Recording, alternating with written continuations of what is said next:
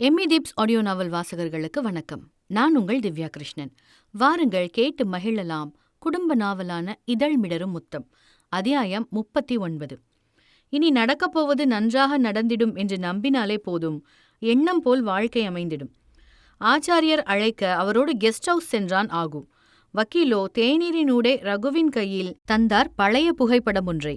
அதை வாங்கி பார்த்தவனுக்கோ படத்தில் கோக்ஸ் குடும்பமும் அவன் குடும்பமும் ஒன்றாயிருக்கும் காட்சி பெரிதாய் எதையும் உணர்த்திவிடவில்லை. ஆகவே அப்படத்தை மேஜை மீது வைத்து, லோட்டஸ் அவங்க சொத்தை என் பேர்ல மாத்தினதுக்கும் இந்த படத்துக்கும் என்ன சம்பந்தம் அங்கிள்? அதுவும் எதுக்காக கோகனதையோட அப்பாவை என்னோட தாய்மாமன்னு சொன்னீங்க? அவர் எனக்கு மாமனார் தானே என்று வரிசையாக கேள்விகளை அடுக்கினான். முதல்ல தாய்மாமா, அப்புறம்தான் மாமனார் என்ற பெரியவரோ சோஃபாவில் ரகுவிற்கு எதிரே அமர, என்ன சொல்றீங்க அங்கிள்? எனக்கு ஒன்றும் புரியல. லோட்டஸோட அப்பா தெய்வீகன் என் அம்மாவோட தம்பியா என்ன? இதுவரைக்கும் யாரும் என்கிட்ட இதை பத்தி சொன்னதில்லையே என்ற ரகுவின் குழப்பத்திற்கு முற்றுப்புள்ளி வைத்திடும் விதமாக மெல்லிய புன்னகை ஒன்றை கொண்டு ஆரம்பித்தார் ஆச்சாரியார் வளர்ந்து நிற்கும் நாயகன் அறிந்து கொள்ள வேண்டிய மிக முக்கியமான விடயங்களை. சம்பந்தியான தெய்வீகன் மற்றும் குருமூர்த்தி இருவரும் குழந்தை பருவத்திலிருந்தே நட்பு பாராட்டிடும் தோஸ்துக்களாவார்கள். கல்லூரி படிப்பு முடிய பணக்கார நண்பனான குருமூர்த்தியின் குடும்ப நிறுவனத்திலேயே பணிக்கு அமர்ந்தார் தெய்வீகன். என்னதான் அதில் அவருக்கு பிடித்தம் இல்லை என்றாலும் தோழனின் வற்புறுத்தலின் பேரிலேயே ஒப்புக்கொண்டார். காரணம், ஆர்வி குரூப்ஸை விட பல மடங்கு சொத்துக்களுக்கு வாரிசாகினும் சாதாரண எளிய மக்களைப் போலவே அவரின் பெற்றோர் மகனை வளர்த்திருந்தனர். ஆகையால் தெய்வீகன் எப்போதுமே அவரின் வசதியை வெளிப்படுத்திக் கொள்ள மாட்டார். மகனின் நம்பகமான சிநேகிதனாகவும் திறமையும் குணமும் ஒரு சேர கொண்ட அறிவாளி இளைஞனாகவும் ரத்னவேலுவின் கண்களுக்கு புலப்பட்டார் ஆனவர்.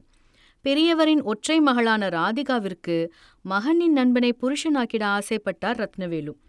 மனதிலிருந்த ஆசையை தகப்பனார் அவர் மூத்த மகனிடம் சொல்ல பேரானந்தம் கொண்டார் குருமூர்த்தி, நண்பனே மச்சானாக வரப்போகின்ற சந்தோஷத்தில். ஆனால் வேறொருவனை விரும்பிய ராதிகாவோ முடியவே முடியாது என்று மறுத்தாள், குடும்பத்தாரின் ஆசையில் மண்ணை போட்டு. இது எதுவும் அறியா தெய்வீகனோ அவசர அவசரமாக ஊருக்கு கிளம்பி போனார், பெற்றவளுக்கு நெஞ்சுவலி என்ற செய்தியில். அறக்க பறக்க போன தெய்வீகனுக்கோ அங்கு சர்ப்ரைஸ் காத்திருந்தது, காஞ்சனா என்ற பெயரில். சங்கதி யாதெனில் மாப்பிள்ளைக்கு தகவல் சொல்லாமலேயே பெண் பார்த்து திருமணத்திற்கு தேதி குறித்திருந்தனர் தெய்வீகனை பெற்றவர்கள். ஆகவே என்னதான் பழகி பார்த்திடாவிட்டாலும் திருமணத்திற்கு முந்தைய ஓரிரு நாட்களில் காஞ்சனாவை பற்றி முடிந்தவரை தெரிந்து கொள்ளலாம் என்று எண்ணினார் தெய்வீகன். அதே வேளையில் ராதிகாவின் காதல் விவகாரம் அறியா அண்ணன் குருமூர்த்தியோ தங்கை அவள் சொன்ன பொய்யை நம்பி அவளை தொடர்ந்து மேற்படிப்பு படித்திட ரத்னவேலுவை சம்மதிக்க வைத்தார். ஊருக்கு போயிருந்த கல்யாண மாப்பிள்ளையோ தோழனுக்கு போனை போட தனி ஆளாக கிளம்பி போனார் குருமூர்த்தி நண்பனின் கல்யாணத்தை காண. முதல் குழந்தையை பிரசவித்திருந்த ஜானகியோ தீட்டென்பதால் உடன்பிறவா சகோதரனான தெய்வீகனின் திருமணத்தை காண முடியா சூழ்நிலையில் வருத்தமே கொண்டார். போனில் குசலம் விசாரித்த மகப்பேறு கொண்டவளை தெய்வீகன் மற்றும் காஞ்சனா இருவரும் தம்பதி சகிதமாய் மாளிகைக்கே சென்று சேயோடு தாயையும் விசிட் செய்தனர். வருடங்கள் கடகடவென ஓட ஆர்வி குரூப்ஸோ நாட்டின் முதல் 10 இடங்களில் ஓரிடத்தை தொட்டிட ஆரம்பித்திருந்தது.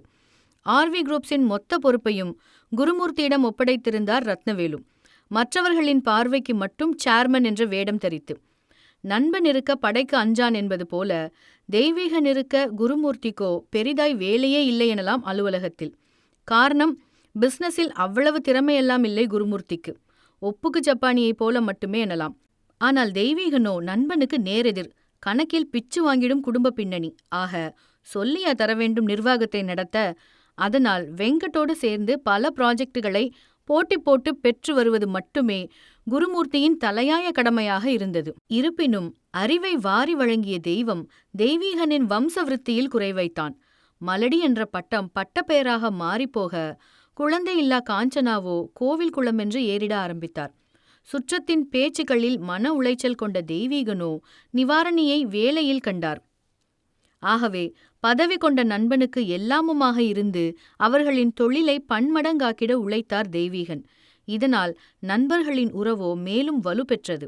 அதே வேளையில் தம்பியான வெங்கட்டும் அப்பா பார்த்த பெண்ணை திருமணம் செய்து கொண்டு சிறப்பாக குடும்பம் நடத்திட ஆரம்பித்தார். எல்லாம் நன்றாக போய்கொண்டிருந்த நேரத்தில் ராதிகாவின் காதல் வில்லங்கம் வீட்டில் வெடித்தது. பல கலவரங்கள் நடக்க இறுதியாக ஒப்புக்கொண்டார் ரத்னவேலு. மகளை அவள் விரும்பியவனுக்கே கட்டி கொடுத்திட. சரியில்லாதவனின் கையாலாகாத்தனம் ராதிகாவை அண்ணனிடத்தில் கொண்டு போய் நிறுத்தியது காசுக்காக. தங்கை மேல் அளவு கடந்த பாசம் கொண்ட குருமூர்த்தியோ ராதிகா கேட்க மறு கேள்வி கேளாது வாரி கொடுத்தார் வள்ளல் போல. கையிருப்பு அத்தனையும் முடிந்து போக இல்லை என்ற அண்ணனிடம் வாக்குவாதம் கொண்டாள் ராதிகா. ஆமா, எனக்குன்னு கேட்டா என்னைக்குதான் உங்ககிட்ட பணம் இருந்திருக்கு. ஆனா அன்னைக்கு மட்டும் வைர நெக்லஸ் வாங்கி அடுக்குவ. ஐயோ, இப்படிலாம் பேசாத ராதிகா. நீ கேட்கும் போதெல்லாம் கொஞ்சம் கொஞ்சமா கொடுத்து இப்ப என்கிட்ட பணம் அறவே இல்லாம போச்சுமா. காரணம் சொல்லாத. எனக்கு இப்போ பணம் வேணும். என்ன பண்ணுவியோ தெரியாது. உடனடியா நான் கேட்ட பணத்தை ரெடி பண்றேன். சத்தியமா என்னால முடியாது ராதிகா. நான் வேணும்னா அப்பா இல்ல வெங்கட் கிட்ட கேட்டு வாங்கி தரேன். உனக்கு என்ன பைத்தியமா? அவங்கள பத்தி தெரிஞ்சும் எனக்காக பணம் கேட்க போறேன்னு சொல்ற. பின்ன நான் வேற என்னதான் பண்றது? யார்கிட்ட போய் கேட்கறது? நீ நினைச்சா முடியும். யார்கிட்டயும் கேட்க வேண்டிய அவசியம் இல்ல. உனக்கு சகல உரிமை இருக்கு. என்ன சொல்ற ராதிகா? எனக்கு புரியல. நம்ம கம்பெனி அக்கவுண்ட்ல இருக்கிற பணத்துக்கெல்லாம் நீதான முதலாளி? இல்ல இல்ல இல்ல, நான் முதலாளிலாம் இல்ல. அப்பாதான் அதுக்கெல்லாம் பொறுப்பு. இங்க பாரு, நான் ஒன்னும் அவ்வளோ மக்கு இல்ல. எனக்கு நல்லாவே தெரியும். நீதான் இப்போதைக்கு ஆர்வி குரூப்ஸோட சேர்மன்.